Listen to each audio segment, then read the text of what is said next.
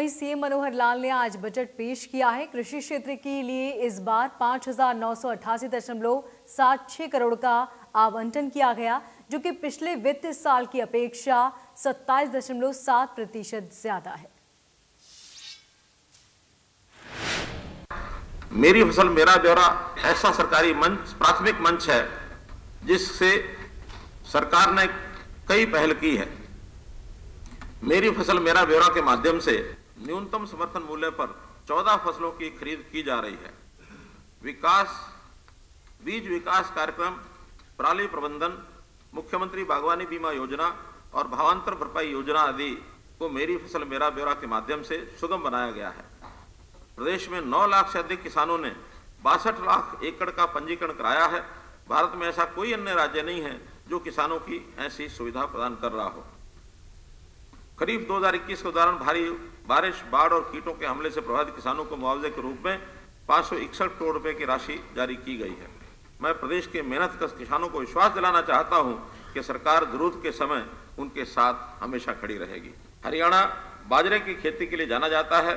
खरीफ 2018 में हमने न्यूनतम समर्थन मूल्य पर बाजरे की खरीद शुरू की है। गत वर्ष हमने बाजरा किसानों को 600 रुपये प्रति क्विंटल की दर से सहायता प्रदान की और डीबीटी के माध्यम से किसानों को 482 करोड़ रुपए की अदायगी भी की गई है। इसे और आगे बढ़ाने के लिए बाजरे की कटाई के उपरांत प्रबंधन और ब्रांडिंग के लिए 50 करोड़ रुपए की राशि का अलग से प्रावधान करने का मेरा इरादा है, ताकि बाजरे की सतत मांग को पूरा किया जा सके और हरियाणा के किसान को उसकी उपज का बेहतर मूल्य मिल सके। ये सहायता हरियाणा के किसानों से बाजरा खरीदने वाले एफपीओ को प्रदान की जाएगी। बाजरा और अन्य मोटे अनाजों के अनुसंधान के लिए भिवानी में एक क्षेत्रीय अनुसंधान केंद्र स्थापित किया जा रहा है और उत्पादकता में सुधार के लिए प्रशिक्षण दिया जाएगा, ताकि बाजरा किसानों की आय में वृद्धि हो। मुझे ये बताते हुए हर्ष हो रहा है कि हरियाणा देश में एक महत्वपूर्ण बागवानी केंद्र के रूप में उभरा है। हार्टिकल्चर विजन के अनुसार वर्ष 2030 तक बागवानी क्षेत्र को दुगुना और उत्पादन को 3 गुना करने की योजना है। अनूठे फसल समूह विकास कार्यक्रम के तहत ताजा फल और सब्जियों के लिए संपूर्ण आपूर्ति श्रृंखला स्थापित करने वाला हरियाणा देश का पहला राज्य होगा। सरकार वर्ष 22-23 में 100 पैक हाउस की स्थापना के लिए सहायता प्रदान करेगी। धान उत्पादकों क्षेत्रों और अन्य अनाज फसलों को विशेष रूप से लक्षित करते हुए बागों, सब्जियों और मसालों में फसल विविधीकरण के लिए एक नया कार्यक्रम प्रस्तावित है। वर्ष 22-23 में कुल 20,000 एकड़ क्षेत्र को इस कार्यक्रम के तहत लाने का लक्ष्य रखा गया है। राज्य में बागवानी मशीनरी को बढ़ावा देने और किसानों को किराए पर मशीनें उपलब्ध करवाने हेतु 5 मशीन बैंक केंद्रों की स्थापना के लिए एक नया कार्यक्रम प्रस्तावित है। उच्च गुणवत्ता के पशुपालन को प्रोत्साहन करने के लिए सरकार द्वारा किसानों को साहिवाल, हरियाणा और बेली नस्ल की गायों की औसत दैनिक दुग्ध क्षमता के आधार पर प्रोत्साहन राशि प्रदान की जाती है।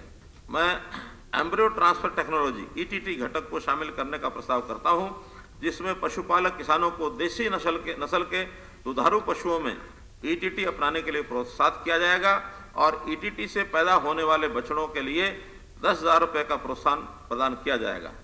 इससे अच्छी गुणवत्ता वाले देसी पशुओं की संख्या और दुग्ध उत्पादन में वृद्धि होगी। इस योजना का विस्तृत विवरण पशुपालन डेयरी विकास विभाग अलग से अधिसूचित करेगा। मत्स्य पालक किसानों की आय को दोगुना करने के उद्देश्य से नए तालाबों के निर्माण और रीसर्कुलेटरी एक्वाकल्चर सिस्टम तथा बायोफ्लॉक सिस्टम की स्थापना करके मीठे पानी और खारे पानी की मछली और झींगा उत्पादन को बढ़ावा दिया जाएगा।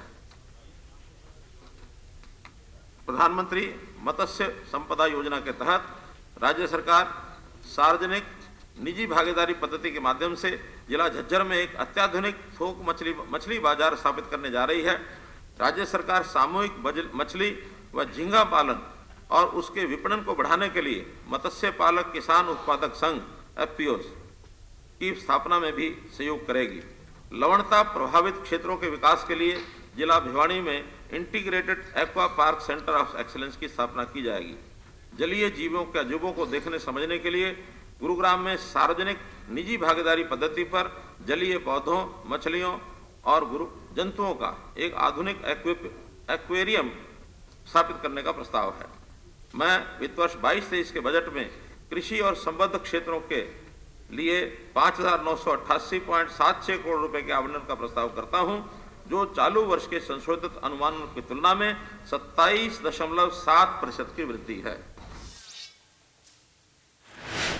इस बार के बजट में मनोहर सरकार ने महिला सशक्तिकरण पर बेहद जोर दिया है। सीएम मनोहर लाल ने राज्य स्तरीय सुषमा स्वराज पुरस्कार की घोषणा की और साथ ही महिला उद्यमियों के लिए हरियाणा मातृशक्ति उद्यमिया योजना का ऐलान भी किया।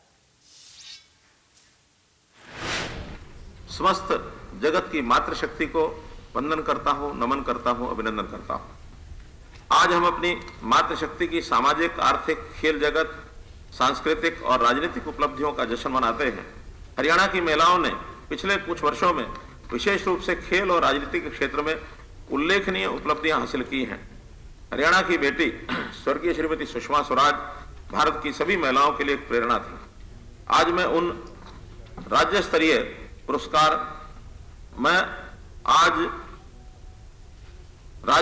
पुरस्कार सुषमा स्वराज पुरस्कार की घोषणा करता हूं। यह पुरस्कार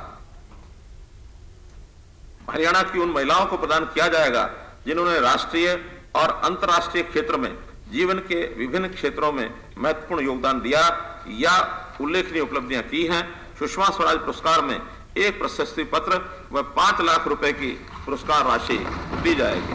पर्यावरण संरक्षण और संवर्धन के क्षेत्र में उत्कृष्ट योगदान को मान्यता देते हुए मैं हरियाणा के प्रख्यात पर्यावरणविद स्वर्गीय श्री दर्शनलाल जैन के नाम पर एक नया पुरस्कार शुरू करने का प्रस्ताव करता हूं, दर्शनलाल जैन पुरस्कार। इसमें 2 व्यक्तियों को क्रमशः 3 लाख रुपए और 1 लाख रुपए की पुरस्कार राशि प्रदान की जाएगी। तो वहीं प्रदेश सरकार ने महिलाएं एवं बच्चों के स्वास्थ्य को ध्यान में रखते हुए अहम कदम उठाया और एक खास योजना की शुरुआत की, जिसका नाम है मुख्यमंत्री दूध उपहार योजना। इस योजना के अनुसार लाभार्थी महिलाओं और बच्चों को कम से कम 200 मिलीलीटर लोटिफाइड स्कीमडम दूध मुफ्त में प्रदान किया जाएगा। आइए जानते हैं कि मुख्यमंत्री दूध उपहार योजना के बारे में क्या कुछ खास बातें हैं।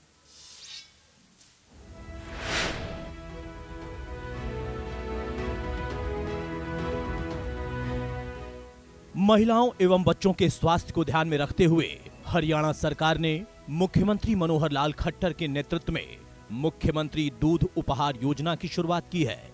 योजना के माध्यम से महिलाओं एवं बच्चों को सुपोषित करने के लिए अहम कदम उठाए जा रहे हैं। राज्य की महिलाओं और बच्चों में पोषण का स्तर बेहतर करने के उद्देश्य को पूरा करने के लिए इस योजना को लॉन्च किया गया है। मुख्यमंत्री दूध उपहार योजना में राज्य सरकार की ओर से लाभार्थियों को कम से कम 200 मिलीलीटर फोर्टिफाइड स्किम्ड दूध मुफ्त में प्रदान किया जाएगा। राज्य में कुपोषण को जड़ से खत्म करके भविष्य की पीढ़ी को स्वस्थ बनाया जा सकेगा एवं इस योजना से पोषण स्तर को भी बढ़ावा मिलेगा।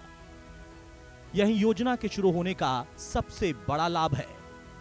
योजना के तहत लाभार्थी महिलाओं एवं बच्चों को दूध सप्ताह में 6 दिन 6 अलग अलग फ्लेवर्स चॉकलेट, गुलाब, इलायची, वनीला और प्लेन बटर स्कॉच आदि में प्रदान किया जाएगा। यह 1 साल में कम से कम 300 दिन के लिए वितरित किया जाएगा। योजना में मुफ्त में दूध लगभग 9.03 लाख बच्चों को एवं 2.95 लाख गर्भवती महिलाएं एवं स्तनपान कराने वाली महिलाओं को दिया जाएगा। इस योजना के तहत लाभार्थी महिलाओं एवं बच्चों को दूध का वितरण उनके क्षेत्र के आंगनबाड़ी केंद्र के द्वारा प्रदान किया जाएगा। आंगनबाड़ी कार्यकर्ता लाभार्थियों के घर में जाकर उन्हें दूध प्रदान करेंगे। आखिर स्वास्थ्य के नाते से महिलाओं का स्वास्थ्य और बालकों का स्वास्थ्य, छोटे बच्चों का स्वास्थ्य, इसकी चिंता विशेष इसलिए भी बनती है कि अगर महिला का स्वास्थ्य ठीक नहीं होगा तो आने वाली भविष्य की पीढ़ी, उसका भी स्वास्थ्य तो आखिर कैसे ठीक होगा। एक स्वस्थ महिला ही एक स्वस्थ बच्चे को जन्म देती है। वो जो 6 वर्ष की कम आयु का जो बच्चा है उसको उसके स्वास्थ्य की दृष्टि से जो आवश्यक न्यूट्रिएंट्स हैं वो सब मिलने चाहिए। 22 लाख महिलाओं को इसका लाभ मिलेगा। वहीं 6.5 लाख बच्चों को भी, छात्राओं को इसका लाभ मिलेगा। इससे पहले लाभार्थियों की जानकारी आंगनबाड़ी कार्यकर्ता उनके घर घर जाकर प्राप्त करेंगे। इस योजना को राज्य सरकार कोविड-19 महामारी के प्रकोप के चलते स्वास्थ्य पर विशेष ध्यान केंद्रित करने के लिए शुरू कर रही है, ताकि बच्चे स्वस्थ पैदा हों और उन्हें बचपन से ही पोषण युक्त आहार मिले, जिससे वे कोरोना वायरस जैसी किसी भी महामारी से आसानी से लड़ सके। महिलाओं एवं बच्चों के लिए शुरू की गई प्रदेश सरकार की इस योजना से उन बच्चों एवं महिलाओं को मदद मिल सकेगी जिन्हें इनकी जरूरत है। बच्चे सुपोषित होंगे और भविष्य में किसी भी बीमारी से लड़ पाने की क्षमता बच्चों में होगी। हरियाणा सरकार की इस योजना से जनता बेहद खुश नजर आ रही है।